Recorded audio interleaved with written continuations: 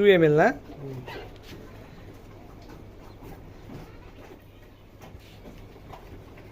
আচ্ছা আরে খেসা দাঁড়ে এখানে বাসুর সম্পদ যত্ন আছে দাদা দিবেন না দাদা দে দাঁড়া দাঁড়া দাঁড়া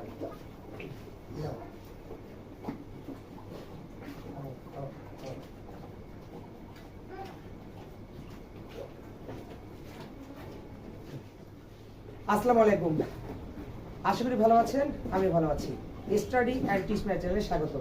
ভিউয়ার্স, আমার যে এই যে বাছুরটা দেখতে পাচ্ছেন, এই যে বাছুরটা যেটা আপনার এখনো 10 দিন বয়স 8 দিন বয়স, তার এই 8 দিন বয়সে আমি কোনো রিস্ক রাখতে পারছিলাম না, তাই লাম্পি স্কিন ভ্যাকসিনটা দিয়ে দিলাম যাতে কোনো ধরনের প্রবলেম না হয়।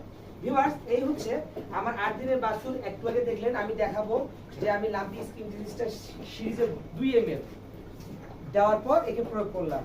এর মাঝে কিন্তু লাম্পি স্কিন ডিজিজ দেওয়া আছে, খুরা রোগের ভ্যাকসিন দেওয়া আছে।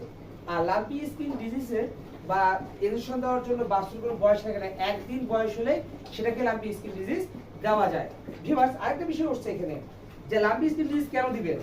আসলে লাম্পি স্কিন ডিজিজ দিলে অনেক লাভ আছে। তা হচ্ছে আপনার অনেক সময় দেখা যায় যে বাছুরের যে রোগবালাইগুলো আছে এগুলো তাড়াতাড়ি হয়। আর যেহেতু আমার সবগুলো গরুকে লাম্পি স্কিন ডিজিজ দেওয়া আছে, তাই এটাকেও দিয়ে দিলাম। যাই হোক ভিউয়ার্স, একটা বিষয় হচ্ছে কেন 8 দিন পর দিলাম।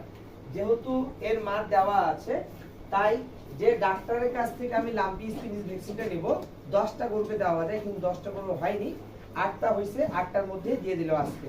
এই হচ্ছে বিষয়। আর অবশ্যই বাছুরকে সুস্থ সবল করতে হলে এই ছোট কাল থেকেই আপনাকে যত্ন নিতে হবে। যে ভ্যাকসিনটা দিলাম 1 বছর মেয়াদ থাকবে। আজকে হচ্ছে 20/1/2026 থেকে 27/1/2020 পর্যন্ত ডেট থাকবে। এভাবে কিন্তু 1 বছর পর পর লাম্পি স্কিন ডিজিজ ভ্যাকসিন দিতে পারেন। এরপর আমি কিন্তু একে খুরা ভ্যাকসিন মারবো। তারপর হচ্ছে আপনার যে অন্যান্য যে ভ্যাকসিন তরকা রোগ সেটাও মারবো, সেটা একে একে ধাপে ধাপে দেখাবো। যাই হোক, ছোট বাছুরের যত্ন যদি নিতে পারেন তাহলে খামারে লাভবান হতে পারবেন, অন্যথায় নয়। কেন রিস্কে থাকবেন? তাই ভ্যাকসিন দিন, শান্ত থাকুন, গরুকে সুস্থ রাখুন। যদি ভালো লেগে থাকে সাবস্ক্রাইব করবেন। আর শেষে যে লাম্পি স্কিন ভ্যাকসিনটা দিলাম সেটা ভালোভাবে আপনাদের ডাক্তারের কাছ থেকে প্রয়োগ করে ডাক্তারের কাছ থেকে নিয়ে দিবেন। কারণ ভ্যাকসিন কিন্তু এখন 2 রকমের বের হয়েছে। অনেক সময় আপনাকে ভ্যাকসিনটা নকল দিতে পারে, তাই সতর্কভাবে ভ্যাকসিন দিন।